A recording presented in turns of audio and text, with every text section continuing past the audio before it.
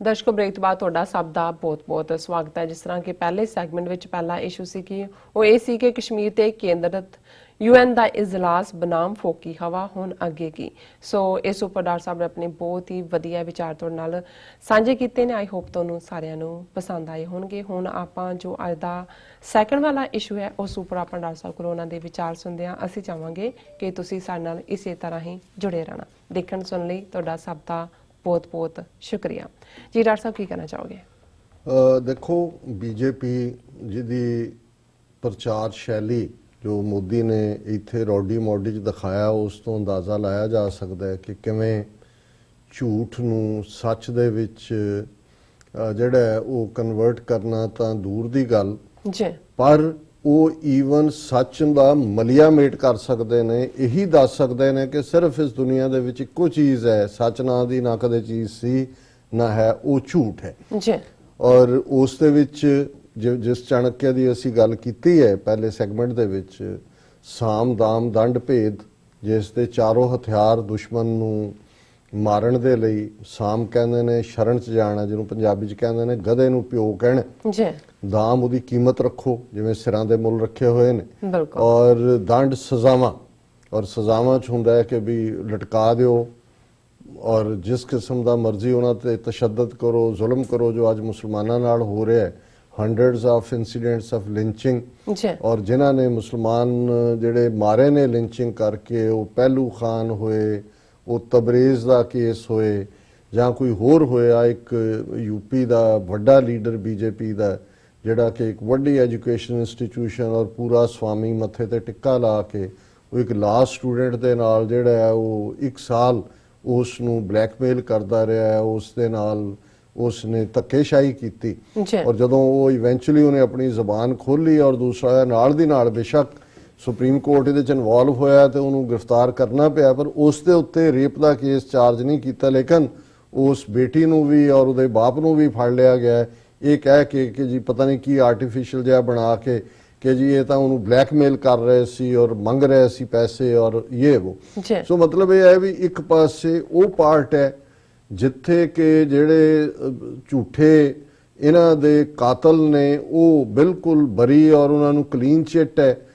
ਦੂਸਰੇ ਪਾਸੇ ਜਿਹੜਾ ਹੈ ਆਲ ਆਫ ਏ ਸਡਨ, ਹੁਣ ਕਿਉਂਕਿ ਇਹ ਖਬਰ ਵੀ ਵੀਕਐਂਡ ਦੀ ਸੀ, ਇਸ ਤੋਂ ਪਹਿਲਾਂ ਜਦੋਂ ਇਹਨਾਂ ਨੇ ਮੋਦੀ ਨੇ ਇੱਥੇ ਰੌਡੀ ਮੌਡੀ ਜਾਣ ਤੋਂ ਪਹਿਲਾਂ ਬਲੈਕ ਲਿਸਟ ਖਤਮ ਕਰ ਦਿੱਤੀ ਦਾ ਐਲਾਨ ਕੀਤਾ। ਜ਼ਾਹਰ ਹੈ ਉਹ ਸੁਖਬੀਰ ਬਾਦਲ ਹੋਏ ਜਾਂ ਈਵਨ ਅਮਰਿੰਦਰ, ਇਹਨਾਂ ਸਾਰਿਆਂ ਨੇ ਵੀ ਅਖਬਾਰ 'ਚ ਹੀ ਪੜ੍ਹਿਆ, ਬਹੁਤ ਸਾਰਿਆਂ ਨੇ ਕਿਹਾ ਜੀ ਅੱਛਾ ਇਹ ਕੀ ਹੋ ਗਿਆ। ਫਿਰ ਉੱਤੇ ਅਸੀਂ ਕੀਤਾ ਸੀ ਵੀ ਇਹ ਕਿੰਨਾ ਵੱਡਾ ਫਰਾਡ ਹੈ ਇਹਨਾਂ ਦਾ ਕਿ ਬਲੈਕ ਲਿਸਟਾਂ ਦੇ ਨਾਂ ਥੱਲੇ ਕੀ ਕਰਦੇ ਨੇ। ਹਜ਼ਾਰਾਂ ਦੀ ਗਿਣਤੀ 'ਚ ਇਹ ਕਾਲੀਆਂ ਕਰਤੂਤਾਂ ਕਰਨ ਵਾਲਿਆਂ ਦੀਆਂ ਆਪਣੀਆਂ ਕਾਲੇ ਕਾਰਨਾਮੇ ਨੇ।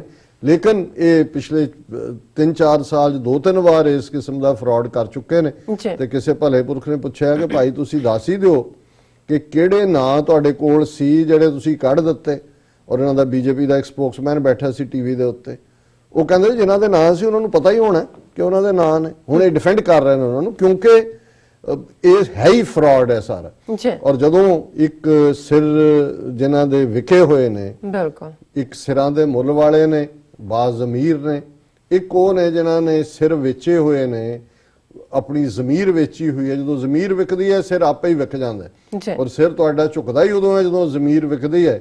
ਜਿਹਨੂੰ ਅਲਾਮਾ ਇਕਬਾਲ ਨੇ ਇੱਕ ਥਾਂ ਦੇ ਉੱਤੇ ਕਿਹਾ ਕਿ ਪਾਣੀ ਪਾਣੀ ਕਰ ਗਈ ਮੁਝਕੋ कलंदर की ये बात, तू जब झुका गैर के आगे ना तन तेरा ना मन। कि एक सियाणे दी गल मैनू उसने पानी पानी कर दिता है, जिन्हें मैनू कहा कि जदों तू किसी गैर दे अगे झुक गया ते ना फिर तेरा तन है ना मन है। ये है गुलामी। और इसे नूं ही जिहड़ा इन्हां ने वो एक गुलाम जहनीयत इस किस्म के 20-25 पग्गां वाले रेंटा सिख उत्थे इकट्ठे कीते कि जी वो थैंक यू कर रहे हैं मोदी को कि जी तुसी ब्लैक लिस्ट खत्म कर दी। तो मोदी कह रहे हैं मैं तुमको भी एक और खुशखबरी सुनाने वाला हूँ। जो क्या सराइयाँ शुरू हो गई हैं क्योंकि नाल ही वो जिहड़े रेंटा सिख सी उन्होंने मंग भी की जी दिल्ली का इंदिरा गांधी एयरपोर्ट जिहड़ा ਉਹਦਾ नाम बदल के गुरु नानक एयरपोर्ट रखा जाए। सो बहुतियां नूं लगा असीं भी मैंशन किया कि भाई ये भी हो सकता है एक जिहड़ा है हुण कह रहे चंगी खबर सुनाओ। ਪਰ ਕਿਉਂਕਿ ਬੀਜੇਪੀ ਨੇ ਹੁਣ ਮਨ ਬਣਾ ਲਿਆ ਹੋਇਆ ਹੈ ਕਿ ਪੰਜਾਬ ਦੇ ਵਿੱਚ ਉਹਨਾਂ ਨੇ ਬਾਦਲ ਅਕਾਲੀ ਦਲ ਨਾਲੋਂ ਤੋੜ ਕੇ ਉਹਨੂੰ ਠੁੱਡ ਮਾਰ ਕੇ, ਜਿਹੜਾ ਇਹਨਾਂ ਦਾ ਕੋਈ ਅੱਜ ਦਾ ਚਲਨ ਥੋੜੀ ਹੈ, ਇਹ ਇਹਨਾਂ ਦਾ ਬ੍ਰਾਹਮਣਵਾਦ ਦਾ ਜਾਂ ਇਹਨਾਂ ਦਾ ਇੱਕ ਜਿਹੜਾ ਕੌਮੀ ਕਰੈਕਟਰ ਹੈ ਉਹ ਇਹੀ ਹੈ ਕਿ ਭਾਈ ਉਹ ਹਿਮਾਚਲ ਦੀ ਪਹਾੜੀ ਬੈਲਟ ਦੇ ਵਿੱਚ ਇੱਕ ਅਖਾਣ ਇਸਤੇਮਾਲ ਹੁੰਦਾ ਹੈ, ਔਰ ਉਹ ਤਾਂ ਪਹਾੜੀਏ ਸੈਂਸ ਕਰਦੇ ਨੇ ਕਿ ਪਹਾੜੀਏ ਮਿੱਤ ਕਿਸ ਕੇ ਪੱਤ ਖਾਇਆ ਖਿਸ ਕੇ, ਉਹ ਚੌਲਾਂ ਨੂੰ ਪੱਤ ਕਹਿੰਦੇ ਨੇ। ਇਸ ਤੋਂ ਸ਼ਾਇਦ ਪੱਤਾ ਲਫ਼ਜ਼ ਵੀ ਇਹਦੇ ਚੋਂ ਹੀ ਆਇਆ ਹੋਏ, ਜਦੋਂ ਕੋਈ ਖੇਤਾਂ ਦੇ ਵਿੱਚ ਦੁਪਹਿਰ ਵੇਲੇ ਫੂਡ ਕਿਸਾਨ ਦੇ ਲਈ ਲੈ ਕੇ ਜਾਣਾ। ਪਰ ਇਹ ਇੱਕ ਬੜਾ ਉੱਥੇ ਮਸ਼ਹੂਰ ਅਖਾਣ ਹੈ ਕਿ ਪਹਾੜੀਏ ਮਿੱਤ ਕਿਸ ਕੇ ਪੱਤ ਖਾਇਆ ਖਿਸ ਕੇ। ਰੋਟੀਆਂ ਤਾਂ ਖਾਂਦੇ ਨਹੀਂ, ਹੁੰਦੇ ਹੀ ਰਾਈਸ ਨੇ ਉਹਨਾਂ ਦੇ ਵਿਆਹਾਂ ਸ਼ਾਦੀਆਂ ਦੇ ਉੱਤੇ ਵੀ। ਉਹ ਕਹਿੰਦੇ ਜੀ ਇਹ ਦੋਸਤੀ ਕੋਈ ਨਹੀਂ, ਇਹ ਪੱਤ ਦੀ ਦੋਸਤੀ ਹੈ, ਚੌਲ ਮਿਲਦੇ ਰਹਿਣਗੇ ਤਾਂ ਦੋਸਤ ਨੇ, ਉਹ ਗਏ ਤਾਂ ਫਿਰ ਨਿਕਲ ਗਏ। ਸੋ ਉਹਨਾਂ ਨੇ ਜਿਹੜਾ ਬਾਦਲ ਅਕਾਲੀ ਦਲ, ਜਿਹੜੇ ਇਹਦੇ ਪਿਓ ਨੇ ਸੁਖਬੀਰ ਬਾਦਲ ਦੇ 92 ਸਾਲਾਂ ਦਾ ਝੂਠਾ ਆਦਮੀ, ਉਹਨੇ ਕਿਹਾ ਜੀ ਸਾਡਾ ਪਤੀ ਪਤਨੀ ਦਾ ਰਿਸ਼ਤਾ ਹੈ। ਕਿਸੇ ਨੇ ਕਿਹਾ ਓਏ ਪੜਵੋ ਹੁਣ ਤਲਾਕ ਵੀ ਲੈ ਲਓ, ਜੇ ਤੁਸੀਂ ਪਤਨੀ ਬਣੇ ਰਹਿਣਾ, ਜੁੱਤੀਆਂ ਖਾਈ ਗਏ ਹੋ, ਹੁਣ ਤਾਂ ਬਾਹਰ ਨਿਕਲ ਆਓ ਇਹਦੇ ਤੋਂ। ਪਰ ਉਹਨਾਂ ਨੇ ਤਾਂ ਪਤਾ ਨਹੀਂ ਅਜੇ ਤੱਕ ਵੀ ਇਹ ਨਹੀਂ ਲੈਣਾ, ਲੇਕਿਨ ਉਹਨਾਂ ਨੇ ਜ਼ਰੂਰ ਉਹਨੂੰ ਜਨਾਨੀ ਨੂੰ ਘਰੋਂ ਬਾਹਰ ਕੱਢ ਕੇ ਬਾਹਰ ਲਿਖ ਦਿੱਤਾ ਵੀ ਇਹ ਤੇਰਾ ਘਰ ਨਹੀਂ ਹੈ। ਔਰ ਉਹਦੀ ਪਹਿਲੀ ਮਿਸਾਲ ਜਦੋਂ ਹਰਿਆਣੇ 'ਚ ਵਿਧਾਨ ਸਭਾ ਚੋਣਾਂ ਹੋਣ ਜਾ ਰਹੀਆਂ, ਪਿਛਲੀਆਂ ਪਾਰਲੀਮੈਂਟ ਦੀਆਂ ਚੋਣਾਂ ਵੇਲੇ ਬਾਦਲਾਂ ਨੇ ਕਿਹਾ ਕਿ ਜੀ ਅਸੀਂ ਹਰਿਆਣੇ ਦੇ ਵਿੱਚ ਜਿਹੜਾ ਉਹ ਪੂਰੀ ਸਪੋਰਟ ਕਰਾਂਗੇ, ਬੀਜੇਪੀ ਦੀ ਆਪਣੇ ਕੈਂਡੀਡੇਟ ਨਹੀਂ ਖੜੇ ਕਰਾਂਗੇ। ਔਰ ਇਹ ਸਾਡੇ ਨਾਲ ਇਕਰਾਰ ਹੋਇਆ ਕਿ ਵਿਧਾਨ ਸਭਾ ਦੀਆਂ ਜਦੋਂ ਚੋਣਾਂ ਹੋਣਗੀਆਂ ਉਦੋਂ ਜਿਹੜਾ ਅਸੀਂ ਰਲ ਕੇ ਚੋਣ ਲੜਾਂਗੇ। ਜ਼ਾਹਰ ਹੈ ਵੀ ਬਾਦਲਾਂ ਦੀ ਆਪਣੀ ਖੁਦਗਰਜ਼ੀ ਸਿਖਰ ਤੇ ਸੀ। ਕਿੱਥੇ ਓਮ ਪ੍ਰਕਾਸ਼ ਚੌਟਾਲਾ ਜਿਹਨੂੰ ਤਾਊ ਕਹਿਣਾ, ਬਾਲਾਸਰ ਫਾਰਮ ਜਦੋਂ ਪੰਜਾਬ 'ਚ ਜੁੱਤੀਆਂ ਪੈਂਦੀਆਂ ਸੀ ਉੱਥੇ ਜਾ ਕੇ ਲੁਕਦੇ ਸੀ, ਔਰ ਕਿਵੇਂ ਉਹਨਾਂ ਦੇ ਬਾਲਾਸਰ ਫਾਰਮ ਦੇ ਲਈ ਦੇਵੀ ਲਾਲ ਨੇ ਸਪੈਸ਼ਲ ਭਾਖੜਾ ਮੇਨ ਲਹਿਰ 'ਚੋਂ ਪਾਣੀ ਉੱਥੇ ਪਹੁੰਚਾਇਆ ਹੋਇਆ, ਔਰ ਇਹਨਾਂ ਨੇ ਕਿਵੇਂ SYL ਦੇ ਪੈਸੇ ਐਕਸੈਪਟ ਕਰਕੇ ਉਹਨੂੰ ਲਾਭ ਪਹੁੰਚਾਇਆ। ਪਰ ਗੱਲ ਤਾਂ ਸਿਆਸਤ ਦੇ ਵਿੱਚ ਉਹੀ ਗੱਲ, ਕਿਤੇ ਮੈਂ ਸੁਣ ਰਿਹਾ ਸੀ ਕਿ ਬਈ ਇੱਕ ਵੱਡਾ ਪੋਲੀਟੀਸ਼ੀਅਨ, ਸਿਆਸਤਦਾਨ, ਜਿਹਦੇ ਮੁੰਡੇ ਨੇ ਆਪਣੇ ਪਿਓ ਨੂੰ ਕਿਹਾ ਜੀ ਮੈਂ ਸਿਆਸਤ 'ਚ ਆਉਣਾ ਚਾਹੁੰਦਾ, ਤੇ ਉਹਨੇ ਕਿਹਾ ਕਿ ਜੀ ਤੂੰ ਅੱਛਾ ਠੀਕ ਹੈ ਤੂੰ ਸਿਆਸਤ 'ਚ ਆਉਣਾ, ਕਹਿੰਦਾ ਚੱਲ ਠੀਕ ਹੈ, ਕਹਿੰਦਾ ਤੂੰ ਆਉਣਾ ਚਾਹੁੰਦਾ, ਚੱਲ ਤੈਨੂੰ ਮੈਂ ਪਹਿਲਾ ਸਬਕ ਦਿਆਂ। ਉਹਨੂੰ ਕਹਿੰਦਾ ਵੀ ਕੋਠੇ ਤੇ ਚੜ੍ਹ, ਤੇ ਉਹਨੇ ਚੜ੍ਹ ਗਿਆ। ਉਹਨੇ ਕਿਹਾ ਜੀ ਛਾਲ ਮਾਰ, ਤੇ ਉਹਨੇ ਛਾਲ ਮਾਰਤੀ, ਥੱਲੇ ਉਹਦੀਆਂ ਲੱਤਾਂ ਦੋਨੋਂ ਟੁੱਟ ਗਈਆਂ। ਹਸਪਤਾਲ 'ਚ ਪਹੁੰਚ ਗਿਆ, ਉਹਨੂੰ ਦੇਖਣ ਗਿਆ ਪਿਓ। ਉਹ ਕਹਿੰਦਾ ਕਿ ਵੀ ਇਹ ਤੂੰ ਬਾਪੂ ਮੇਰੇ ਨਾਲ ਕੀ ਕਰਤਾ? ਉਹ ਕਹਿੰਦਾ ਇਹ ਪਹਿਲਾ ਲੈਸਨ ਹੈ। ਉਹ ਕਹਿੰਦਾ ਕੀ? ਕਹਿੰਦਾ ਪਿਓ ਵੀ ਜਿਹੜੀ ਗੱਲ ਕਹੇ ਨਾ ਉਹਦੇ ਤੇ ਇਤਬਾਰ ਨਹੀਂ ਕਰਨਾ, ਵੀ ਇਹ ਸਿਆਸਤ ਦਾ ਪਹਿਲਾ ਜਿਹੜਾ ਰੂਲ ਆਫ ਦਾ ਥੰਬ ਹੈ ਉਹ ਹੈ। ਹੁਣ ਇਹ ਤਾਂ ਸੁਣਦੇ ਪੜ੍ਹਦੇ ਆਏ, ਪਰ ਇਹ ਜਿਸ ਕਿਸਮ ਦਾ ਤੁਸੀਂ ਬਿਲਕੁਲ ਹੀ, ਜਿਨ੍ਹਾਂ ਨੇ, ਇਹ ਠੀਕ ਹੈ ਕਿ ਬਾਦਲਾਂ ਨੇ ਜਿੰਨਾ ਸਿੱਖ ਕੌਮ ਦਾ ਬੇੜਾ ਗਰਕ ਕੀਤਾ ਹੈ ਇਹ ਸਾਰੇ ਪੀਰੀਅਡ 'ਚ, 5.5 ਸਦੀਆਂ ਦੀ ਹਿਸਟਰੀ 'ਚ ਕੋਈ ਇੱਕ ਇੰਡੀਵਿਜੂਅਲ ਨਹੀਂ ਜਿਹਨੇ ਸਾਰੀਆਂ ਇੰਸਟੀਟਿਊਸ਼ਨਸ ਡਿਸਟਰੋਏ ਕਰਤੀਆਂ ਹੋਣ। ਲੇਕਿਨ ਉਹਨਾਂ ਨੇ, ਬੀਜੇਪੀ ਨੇ, ਇਹੀ ਨਹੀਂ ਕਿ ਵੀ ਉਹਨਾਂ ਨੂੰ ਦੇਣਾ ਤਾਂ ਕੀ ਸੀ। ਇੱਕ MLA ਜਿਹੜਾ ਪਿਛਲੀਆਂ ਚੋਣਾਂ ਵੇਲੇ ਅਕਾਲੀ ਦਲ ਦੀ ਟਿਕਟ ਦੇ ਉੱਤੇ ਜਿੱਤਿਆ ਸੀ ਬੀਜੇਪੀ ਨਾਲ ਅਲਾਇੰਸ, ਕਾਲਿਆਂ ਵਾਲੀ, ਉਹ 3-4 ਦਿਨ ਪਹਿਲਾਂ ਉਹਨਾਂ ਨੇ ਉਹਦੀ ਦਲ ਬਦਲੀ ਕਰਾ ਕੇ ਉਹਨੂੰ ਬੀਜੇਪੀ 'ਚ ਲੈ ਆਂਦਾ। ਹਰਿਆਣੇ 'ਚ ਇਹਨਾਂ ਹੁਣ ਕਹਿ ਰਹੇ ਸੀ ਸਾਰੀਆਂ ਸੀਟਾਂ ਤੇ ਲੜਾਂਗੇ ਦੂਜੀ, ਪਰ ਗੱਲ ਇੱਥੇ ਨਹੀਂ ਮੁੱਕੀ। ਬਲੈਕ ਲਿਸਟਾਂ ਦਾ ਡਰਾਮਾ ਕੀਤਾ ਇਹ ਸੁਖਬੀਰ ਬਾਦਲ ਉਹਨਾਂ ਨੇ ਅਖਬਾਰ 'ਚ ਹੀ ਪੜ੍ਹਿਆ।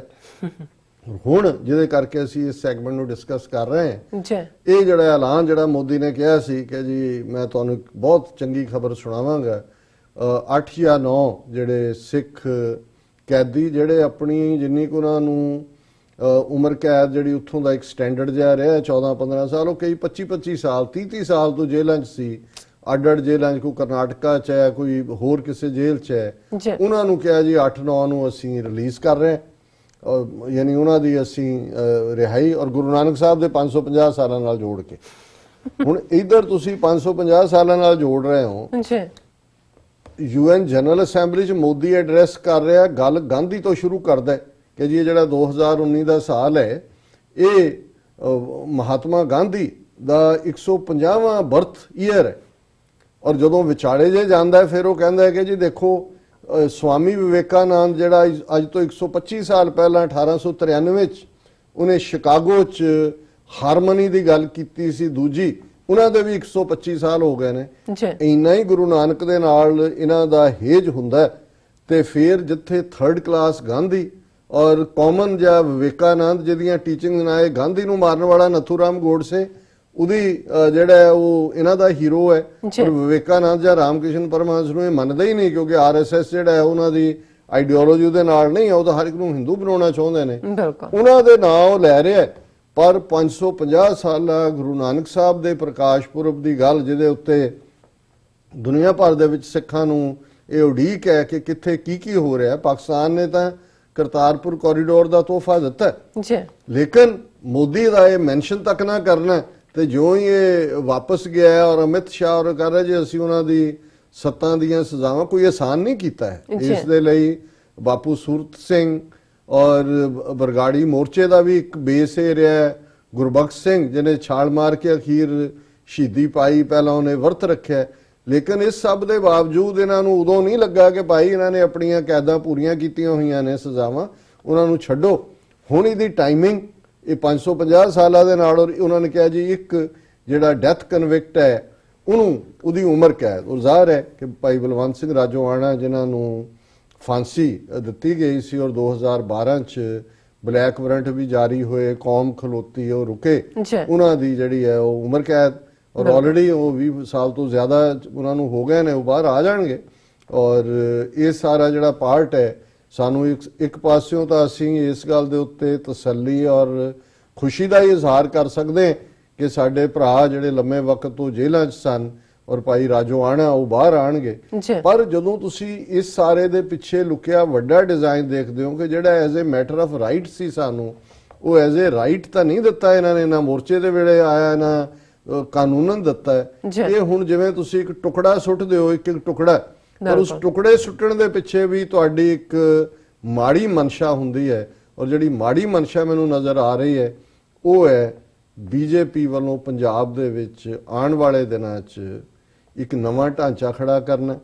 ਮੈਨੂੰ ਕੋਈ ਹੈਰਾਨੀ ਨਹੀਂ ਹੋਏਗੀ ਕਿ ਨਵਜੋਤ ਸਿੰਘ ਸਿੱਧੂ ਪੰਜਾਬ ਦੇ ਵਿੱਚ, ਕਿਉਂਕਿ ਕਾਂਗਰਸ ਵੱਲੋਂ ਵੀ ਉਹ ਨਿਰਾਸ਼, ਆਮ ਆਦਮੀ ਪਾਰਟੀ ਦਾ ਵੀ ਕੰਮ ਮੁੱਕ ਗਿਆ ਤੇ ਬੜੀ ਚਾਹਨਾ ਹੈ ਉਹਨਾਂ ਦੀ ਹਸਬੈਂਡ ਵਾਈਫ ਦੀ ਜੋੜੀ ਦੀ। ਵੈਸੇ ਉਹ ਇੱਕ ਚੁੱਪ ਕਰਦਾ, ਦੂਜੀ ਬੋਲ ਪੈਂਦੀ ਸੀ, ਦੂਜੀ ਚੁੱਪ ਕਰਦੀ, ਉਹ ਬੋਲ, ਹੁਣ ਉਹਨਾਂ ਨੇ ਬਿਲਕੁਲ ਦੜ ਵੱਟੀ ਹੋਈ ਹੈ। ਵੈਸੇ ਕਮਾਲ ਦੀ ਗੱਲ ਹੈ, ਇੰਨੀ ਦੇਰ ਚੁੱਪ ਰਹਿਣਾ, ਇਹ ਸਿੱਧੂ ਇਸ ਜੋੜੀ ਦਾ ਹਿੱਸਾ ਨਹੀਂ ਆਇਆ। ਪਰ ਮੈਨੂੰ ਇਹ ਲੱਗਦਾ ਹੈ, ਕਿਉਂਕਿ ਚਾਹਨਾ ਹੈ ਕਿ ਇੱਕ ਵਾਰੀ ਸਾਨੂੰ ਚੀਫ ਮਿਨਿਸਟਰ ਦੀ ਕੁਰਸੀ ਤੇ ਬਿਠਾ ਦਿਓ, ਜਿਵੇਂ ਚੌਧਰੀ ਚਰਨ ਸਿੰਘ ਦੀ ਚਾਹਨਾ ਸੀ, ਚੰਦਰ ਸ਼ੇਖਰ ਦੀ ਸੀ, ਕਹਿੰਦੇ ਇੱਕ ਵਾਰੀ ਬਿਠਾ ਕੇ ਭਾਵੇਂ ਫਿਰ ਉਠਾ ਦਿਓ, ਜਿਵੇਂ ਫਿਰ ਉਹਨੂੰ ਚੰਦਰ ਸ਼ੇਖਰ ਨੂੰ ਵੀ ਉਠਾ ਦਿੱਤਾ, ਚਰਨ ਸਿੰਘ ਇਵੇਂ ਇੱਕ ਵਾਰ ਉਹ ਬਹਿਣਾ ਚਾਹੁੰਦਾ ਤੇ ਇੱਕੋ ਹੀ ਪਾਰਟੀ ਉਹਨੂੰ, ਕਿਉਂਕਿ ਕੈਪਟਨ ਅਮਰਿੰਦਰ ਉਹ ਪਟਿਆਲਾ ਸ਼ਾਹੀ ਪੈਗ ਇੰਨਾ ਕੁ ਵੱਡਾ ਹੈ ਔਰ ਅਰੂਸਾ ਆਲਮ ਦਾ ਸਾਥ ਉਹਨੂੰ ਸੀ ਵੀ ਪਤਾ ਨਹੀਂ ਮਰਨ ਨੂੰ, ਉਹ ਕਹਿੰਦਾ ਮੈਂ ਦੁਬਾਰਾ ਲੜੂ ਚੋਣ, ਤੇ ਇਹ ਵੀ ਨਹੀਂ ਜਾਂਦਾ ਕਿਤੇ। ਸੋ ਇੱਕੋ ਹੀ ਪਾਰਟੀ ਹੈ ਜਿਹੜੀ ਉਹਨੂੰ ਬਣਾ ਸਕਦੀ ਹੈ, ਉਹ ਬੀਜੇਪੀ ਉਹਨਾਂ ਨੂੰ ਵੀ ਸੂਟ ਕਰਦਾ। ਕਦੇ ਵੀ ਭਾਵੇਂ ਇਹਨੇ ਕਾਂਗਰਸ ਜੁਆਇਨ ਕੀਤੀ ਲੇਕਿਨ ਕਦੇ ਇਹਨੇ ਬੀਜੇਪੀ ਦੇ ਖਿਲਾਫ ਨਹੀਂ ਕਿਹਾ ਹੈ। ਸੋ ਨਵਜੋਤ ਸਿੰਘ ਸਿੱਧੂ ਚਿਹਰਾ ਹੋ ਸਕਦਾ ਹੈ ਬੀਜੇਪੀ ਦਾ। ਲੁਧਿਆਣੇ ਵਾਲਾ ਬੈਂਸ, ਸਿਮਰਜੀਤ ਬੈਂਸ, ਹਾਲਾਂਕਿ ਐਡਮਾਇਰ ਵੀ ਕਰਦੇ ਨੇ ਕਿ ਦੇਖੋ ਜਾ ਕੇ ਕਿਵੇਂ ਅਫਸਰਾਂ ਨੂੰ ਧਮਕਾਉਂਦਾ ਹੈ, ਕਿਵੇਂ ਜਾ ਕੇ ਉਹ ਡੀਸੀ ਨੂੰ ਕਿਹਾ ਓਏ ਤੂੰ ਇੱਥੇ ਦਫ਼ਤਰ ਖੋਲੇ, ਲੋਕਾਂ ਦਾ ਦਫ਼ਤਰ ਹੀ ਹੈ, ਉਹ ਕੇਸ ਵੀ ਬਣਿਆ ਹੋਇਆ ਹੈ। ਅਮਰਿੰਦਰ ਨੂੰ ਵੀ ਕਹਿੰਦਾ ਪਾਣੀ ਦੀਆਂ ਬਛਾੜਾਂ ਪੈਂਦੀਆਂ, ਫਿਰ ਵੀ ਪਾਣੀਆਂ ਦੇ ਮੁੱਦੇ ਦੀ ਗੱਲ ਕਰਦਾ।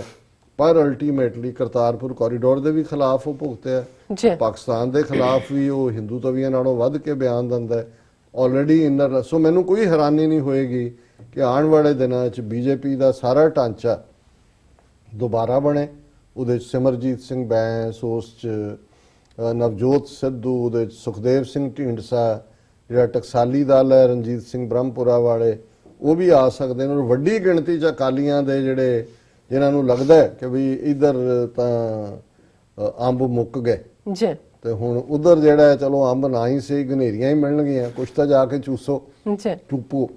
ਸੋ ਜ਼ਾਹਰ ਹੈ ਕਿ ਵੀ ਉਹ ਚੂਸਣ ਤੋਂ ਚੂਪਣ ਤੱਕ ਦਾ ਸਫ਼ਰ ਤੈਅ ਕਰਨ ਵਾਲੇ ਵੀ ਜਿਹੜੇ ਨੇ ਵੱਡੀ ਗਿਣਤੀ ਜੁਆਇਨ ਕਰਨਗੇ। ਸੋ ਅਸੀਂ ਜਿਹੜਾ ਇਸ ਸਾਰੇ ਬਾਰੇ ਹੁਣ ਸੁਖਬੀਰ ਕਹਿ ਰਿਹਾ ਪੇਨਡ ਬਾਈ ਬੀਜੇਪੀ ਬਿਟਰੇਲ ਬਟ ਟਾਈਜ਼ ਇੰਟੈਕਟ। ਉਹਨੇ ਕਿਹਾ ਜੀ ਮੈਨੂੰ ਬਹੁਤ ਦੁੱਖ ਹੈ ਬੀਜੇਪੀ ਨੇ ਬਿਟਰੇ ਕੀਤਾ, ਪਰ ਇਹ ਸਬੰਧ ਰਹਿਣਗੇ। ਇਹ ਤਾਂ ਉਹੀ ਹੈ ਗੱਲ ਕਿ ਮੇਰੀ ਤਨਖਾਹ ਵਧਾ ਦਿਓ ਜੀ, ਨਹੀਂ ਤੇ ਕੀ ਕਹਿੰਦਾ ਜੀ ਫਿਰ ਮੈਂ ਉਸੇ ਤਨਖਾਹ ਤੇ ਕੰਮ ਕਰਦਾ ਰਵਾਂਗਾ। ਸੋ ਇਹ ਹੋਣ ਜਾ ਰਿਹਾ ਜੀ ਡਾਕਟਰ ਸਾਹਿਬ ਤੁਹਾਡਾ ਬਹੁਤ-ਬਹੁਤ ਸ਼ੁਕਰੀਆ ਤੁਸੀਂ ਦੂਸਰਾ ਅਹਿਮ ਇਸ਼ੂ ਸਾਡੇ ਦਰਸ਼ਕਾਂ ਨਾਲ ਸਾਂਝਾ ਕੀਤਾ। ਇੱਥੇ ਲੈਣਾ ਬ੍ਰੇਕ ਤੋਂ ਪਹਿਲਾਂ ਅਸੀਂ ਆਪਣੇ ਦਰਸ਼ਕਾਂ ਤੇ ਸਰੋਤਿਆਂ ਨੂੰ ਫਿਰ ਦੁਬਾਰਾ ਅਪੀਲ ਤੇ ਬੇਨਤੀ ਕਰਦੀ ਹੈ ਵਿਊਅਰਸ, ਜਿਸ ਤਰ੍ਹਾਂ ਕਿ ਤੁਸੀਂ ਜਾਣਦੇ ਹੋ ਕਿ ਟੀਵੀ 84 ਮਨੁੱਖੀ ਹੱਕਾਂ ਦਾ ਪਹਿਰੇਦਾਰ ਹੈ। ਟੀਵੀ 84 ਸਿੱਖਾਂ, ਕਸ਼ਮੀਰੀਆਂ ਅਤੇ ਭਾਰਤ ਦੀਆਂ ਨਾਰਥ ਈਸਟ ਸਟੇਟਾਂ ਦੇ ਲੋਕਾਂ ਦੇ ਸਵੈ ਨਿਰਣੇ ਦੇ ਹੱਕਾਂ ਦਾ ਹਾਮੀ ਹੈ। ਅਸੀਂ ਚਾਹਾਂਗੇ ਕਿ ਤੁਸੀਂ ਟੀਵੀ 84 ਦੀ ਚੜ੍ਹਦੀ ਕਲਾ ਲਈ ਵੱਧ ਤੋਂ ਵੱਧ ਡੋਨੇਟ ਕਰੋ। ਡੋਨੇਟ ਕਰਨ ਲਈ ਸਾਡੀ ਵੈਬਸਾਈਟ tv84.tv ਤੇ ਜਾ ਕੇ ਪੇਪਲ ਦੀ ਵਰਤੋਂ ਕਰਕੇ ਵਨ ਟਾਈਮ ਡੋਨੇਟ ਕਰ ਸਕਦੇ ਹੋ, ਮੰਥਲੀ ਡੋਨੇਟ ਵੀ ਕਰ ਸਕਦੇ ਹੋ। ਤੁਸੀਂ ਟੀਵੀ 84 ਦੇ ਨਾਮ ਤੇ ਚੈੱਕ ਬਣਾ ਕੇ ਸਾਨੂੰ ਮੇਲ ਵੀ ਕਰ ਸਕਦੇ ਹੋ ਸਾਡੇ ਇਸ ਪਤੇ ਤੇ 36-01 37th Avenue, Long Island City, New York 11101 USA, ਜਾਂ ਫਿਰ ਤੁਸੀਂ ਸਾਨੂੰ ਫੋਨ ਰਾਹੀਂ ਵੀ ਸੰਪਰਕ ਕਰ ਸਕਦੇ ਸਾਡੇ ਫੋਨ ਨੰਬਰ ਤੇ 5164060694। Thank you so much viewers, ਤੁਸੀਂ ਕਿਤੇ ਨਹੀਂ ਜਾਣਾ, ਮਿਲਦੇ ਹਾਂ ਆਫਟਰ ਦਿਸ ਸ਼ਾਰਟ ਬ੍ਰੇਕ।